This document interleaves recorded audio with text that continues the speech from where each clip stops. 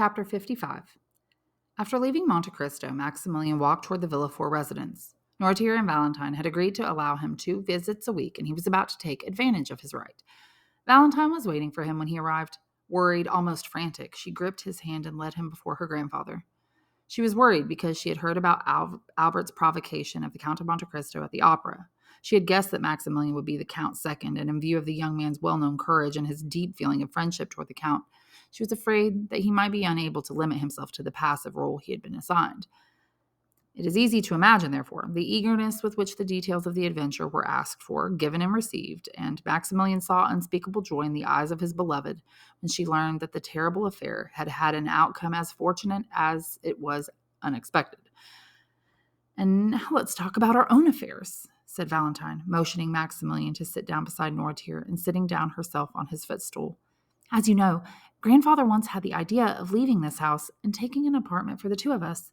Well, he's come back to that plan again." "Bravo!" exclaimed Maximilian. "And do you know what reason he gives for wanting to leave this house?" Noirtier looked at his granddaughter to impose silence on her. But she was not looking at him. Her eyes and her smile were all for Maximilian. "Whatever the reason is, I'm sure it's a good one," said Maximilian. "He says the air of the Faubourg Saint-Honoré is bad for me." "He may well be right. It seems to me your health hasn't been good for the past 2 weeks or so." "No, it hasn't been very good. Grandfather has made himself my doctor, and since he knows everything, I have great confidence in him." "But are you really ill, Valentine?" asked Maximilian anxiously. "Oh, I couldn't really say I'm ill. I just feel slightly indisposed. I've lost my appetite, and it seems to me that my stomach is struggling to accustom itself to something." "And what treatment are you following for this unknown illness?" "I take some of the medicine they bring for my grandfather. I began with 1 spoonful, and now I'm up to 4. My grandfather claims it's a panacea." Valentine smiled, but there was a tinge of sadness in her smile. "But I thought that medicine was made especially for your grandfather." "All I know is that it's very bitter," said Valentine. "So bitter that everything I drink afterwards seems to have the same taste." Noirtier gave her a questioning look. "Just before I came in to see you, grandfather," she continued, "I drank a glass of sugared water, and I had to leave half of it because it tasted so bitter to me." Noirtier looked at her with visible anxiety. The blood was apparently rushing to her head, for her cheeks began to turn red. "That's strange," she said, without losing any of her cheerfulness. "Could the sunlight have dazzled me?" She leaned against the window. "There isn't any sunlight," said Maximilian, running over to her. She smiled at him and said, "Don't worry, it's already passed. Listen, isn't that a carriage in the courtyard?" She opened the door, ran to a window in the hall, and came back immediately. "Yes," she said, "it's Madame Danglars and her daughter have just come for a visit. I'll go right away, or else they'll come here and find me. Stay here with my grandfather, Maximilian. I'll come back as soon as I can." Maximilian saw her close the door and heard her walk up the little staircase that led to her room in Madame de Villefort's. Madame Danglars and her daughter had been shown into Madame de Villefort's room. Valentine exchanged bows with them when she entered. "I've come with Eugenie to be the first to announce her forthcoming marriage with Prince Cavalcanti," said Madame Danglars. Her husband had insisted on giving Cavalcanti the title of prince, which to him sounded much better than count.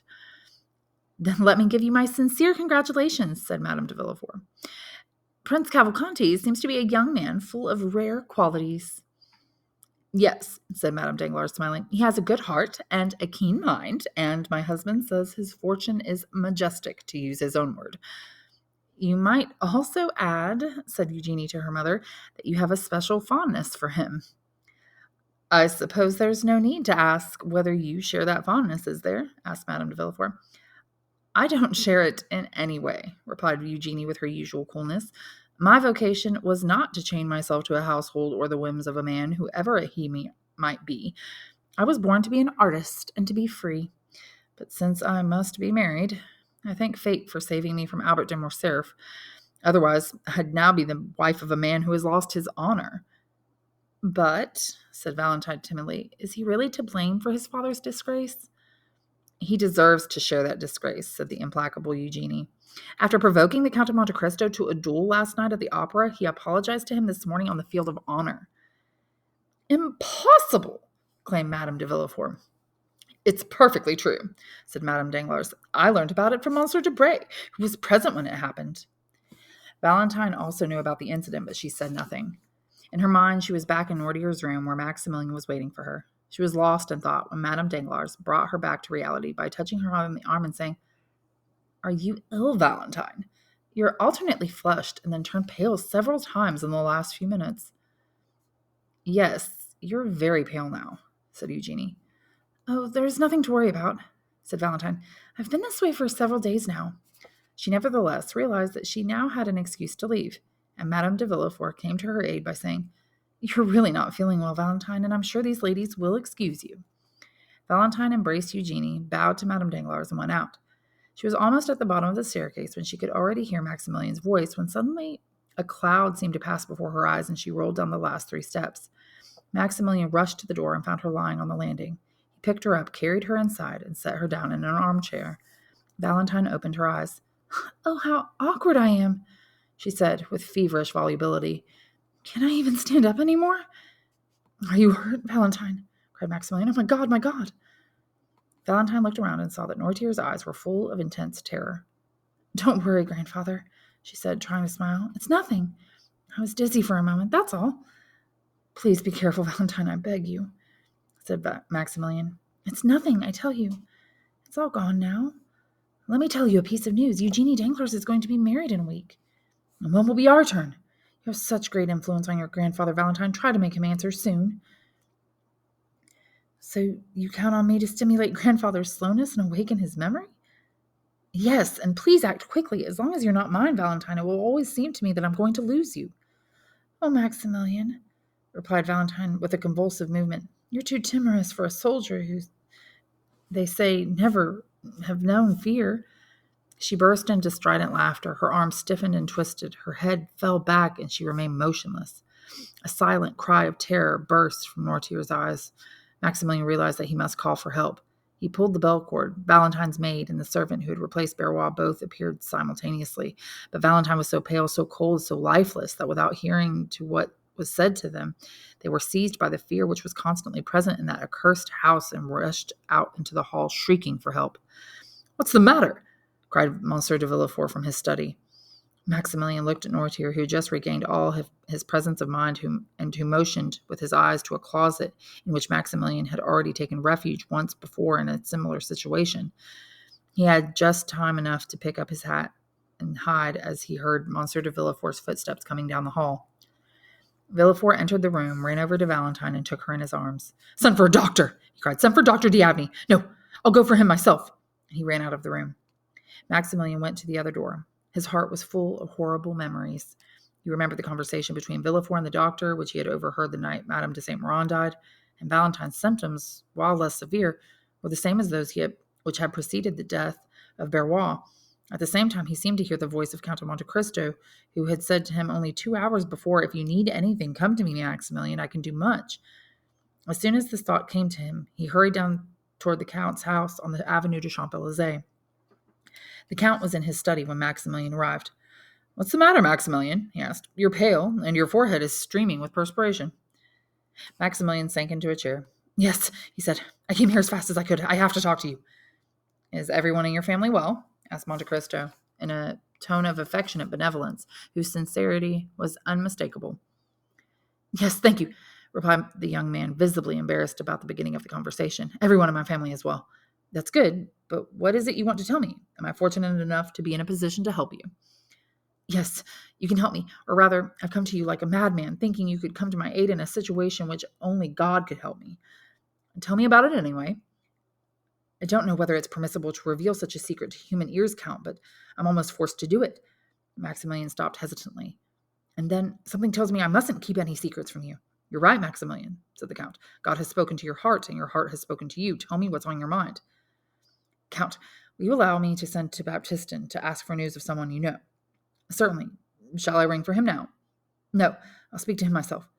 Maximilian went out, called Baptistin, and said a few words to him in a low voice. Baptistin hurried out of the house. "Has he gone?" asked Monte Cristo when Maximilian returned. "Yes, I won't be so worried now." "I'm still waiting for you to tell me what's worrying you," said Monte Cristo, smiling. "And I'm ready to tell you. One night, I was in a certain garden. I was hidden by a clump of trees, and no one knew I was there. Two people came near me. Allow me to conceal their names for the moment, and I overheard their conversation. Someone had just died in the house of the owner of the garden, who was one of the two persons I was listening to. The other one was a doctor. The first man spoke of his fear and grief, and it was the second time within a month that death had suddenly and unexpectedly fallen on this house. And what did the doctor say? Asked the Count. He said that the death hadn't been natural, and that it had been attributed to what? To poison.